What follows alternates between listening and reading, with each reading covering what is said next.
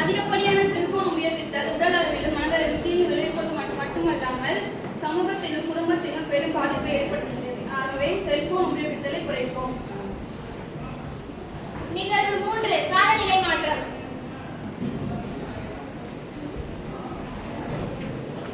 என்னப்பா என்னாச்சு சோகமா இருக்க? உண்மைதான்ப்பா, எனக்கு விவசாயத்தை தவிர வேறு எதுவுமே தெரியாது. இந்த ஆலையை திறந்ததுலேருந்து என் பயிர் விளைச்சலுமே இல்லாமல் என்னப்பா பண்றது? எப்ப இந்த ஆலை திறந்தாங்களோ அப்ப யாருமே விவசாயம் நடக்காதுல்ல. என்ன பண்றது? உண்மைதான்ப்பா. இப்போ கூட பாரு, அந்த வேலையை எடுத்து போய் இதெல்லாம் கொளுத்துறானுங்க. நம்ம கொண்டு பிளாஸ்டிக் என்ன போற நீங்க வந்து போடு இது ஏரியா. ஆமா, நான் மட்டும் தான் பிளாஸ்டிக் யூஸ் பண்ணுவேன். அந்த உலகமே பிளாஸ்டிக் தான் யூஸ் பண்ணுறேன். எல்லாரும் கேட்பீங்களா? பாருங்க எப்படி எதிர்பாரு கொசுனா அப்பதான் போவோம். இது கூட தெரியல. இவன் என்னமோ சுற்றுச்சூழலை பாதுகாக்கிற மாதிரி பேசிட்டு இவனே கொடுத்தான். நாடு எங்க உருப்பட போதும்.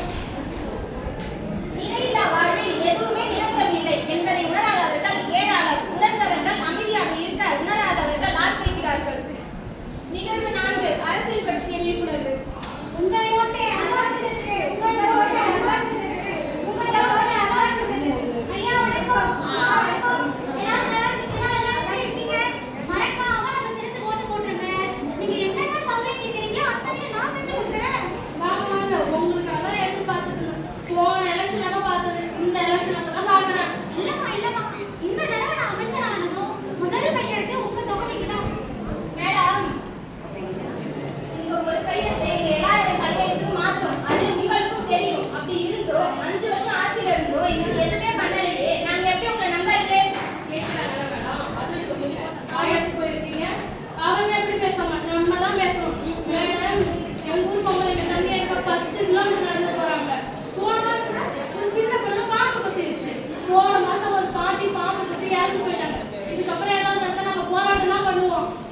என்ன தலைவரே ஒரு போக்கு பார்த்தா இந்த ஆட்சியை பிடிச்சிருவோமா இல்ல உங்க அப்படியே கருத்து வச்சிருவாங்களா?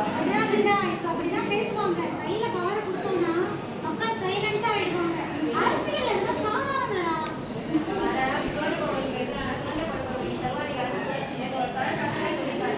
என்னப்பா கம்யூனிஸ்டா பேசுறீங்க? இதெல்லாம் புதுசா இருக்கு. தீவிரவாதத்தை ஆதரிக்கிறதோ இல்ல அரசியல்வாதிகளை வந்து முன்னேற்றுவதோ ஒரு இயக்கம் கிடையாது. அது வந்து ஏழை எளிய மக்களுக்கான நல்லது செய்ய ஒரு இயக்கம் தான். நீங்க தலையிலேயே பகச்சு காட்டீங்க. அப்படிதான் பேசுவோம். எங்க ஊர் மக்கள்லாம் இங்க தெளிவாயிட்டாங்க. அந்த மாதிரிலாம் இல்லை. விடுமா நீங்க ஓட்டு மட்டும் போட்டுருங்க. எப்படி இது மாறுது மட்டும் பாருங்க. வாடா நம்ம போய் அடுத்த வீட்டை போய் பார்ப்போம். ஏன்பா சின்னக்கு ஏன்பா அல்வா சொல்லிச்சு அதுவா எங்க தலைவர் கல்வா இங்கு பறிபோன நம் உரிமைகளை பிச்சை எடுத்து வாங்க முடியாது. தீர்மானங்களாலும் மன்றாடுவதன் மூலம் நியாயங்கள் பிறக்காது. கோவில்கள் முன்பு ஆடுகளை தான் வழிபடுவதே தவிர சிங்கங்களை அல்ல. நிகழ்வு 5 பெண்களுக்கான அதிகாரம்.